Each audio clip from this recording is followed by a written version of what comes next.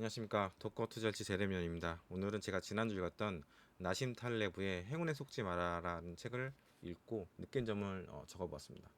제목은 계량 트레이더 나심 탈레브가 보는 퀀트와 숫자 노름의 허와실. 기본적으로 나심 탈레브는 트레이더 출신입니다. 제가 본사에서 나심 탈레브 같은 트레이더들을 4년간 보면서 외골수, 염세적, 타짜, 천상천하 유아독전의 성격들을 볼 수가 있었습니다. 물론 다 그런 것은 아니고 선물 옵션 쪽이 좀 심했고, 그다음에 주식 채권 쪽으로 강도가 있었고요.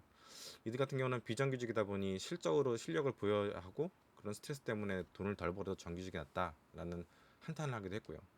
사실 랜덤워크하는 시장을 꾸준히 비트해야 되는데 사실 그런 사람은 사실 없죠. 물론 그들은 큰 수익을 회사에 내주면 자만하면서도 세상을 멍청하다면서 염세적이게 되고, 반대로 큰 돈을 잃으면 탄식하면서 나 자신에 대해 염세적이 됩니다.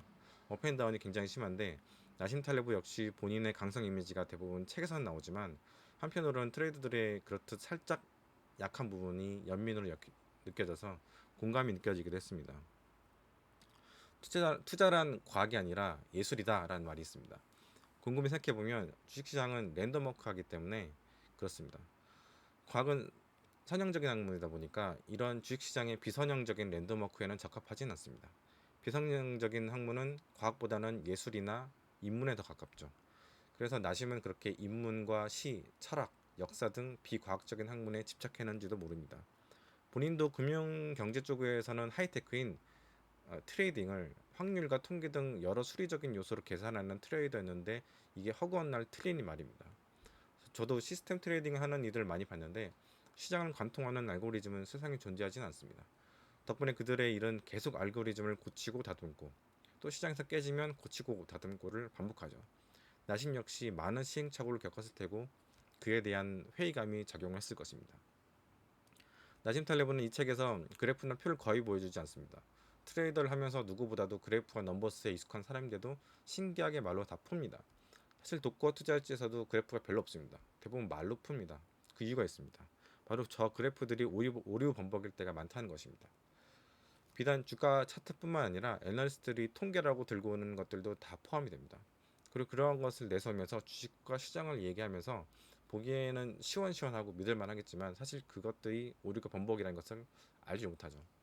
이 차트를 보시면 이러이러하기 때문에 주가와 매크로가 이럴 것입니다 라는 로직인데, 그러한 로직에 근거가 되는 오류가 있다면 결론에도 문제가 있는 것이죠.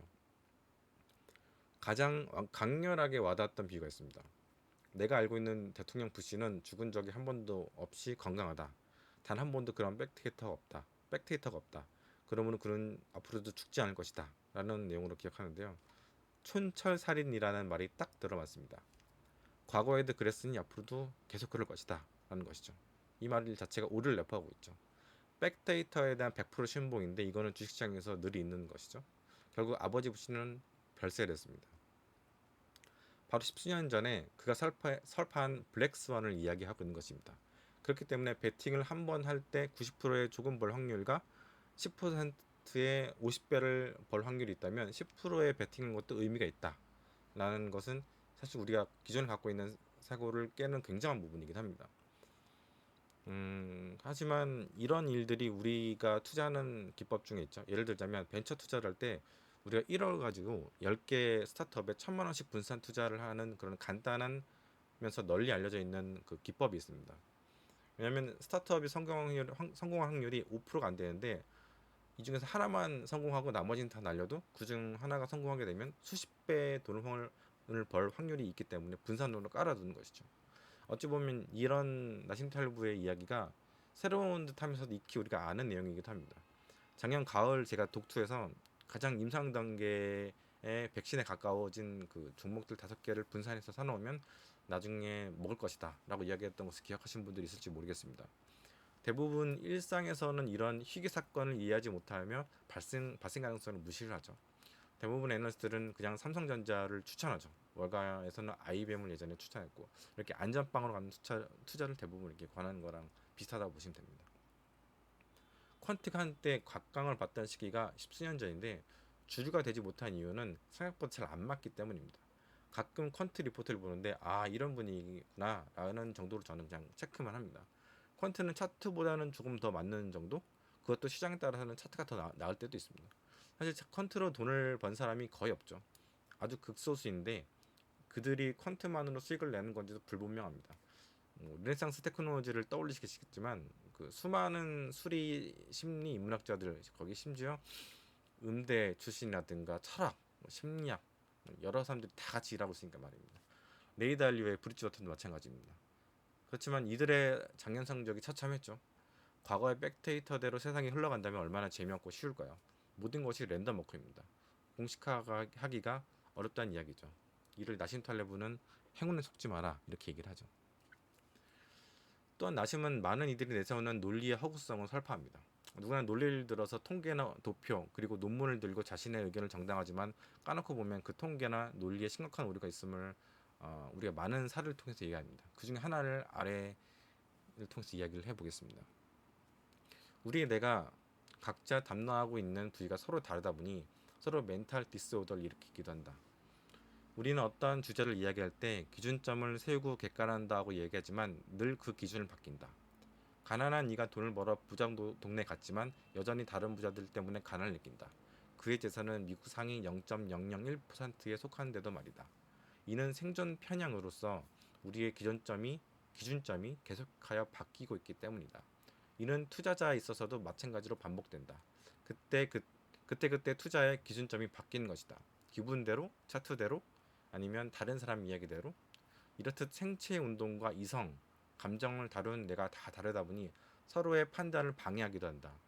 반도체의 코어를 열게 된다고 해서 무조건 빨라진 것이 아니든 말이다.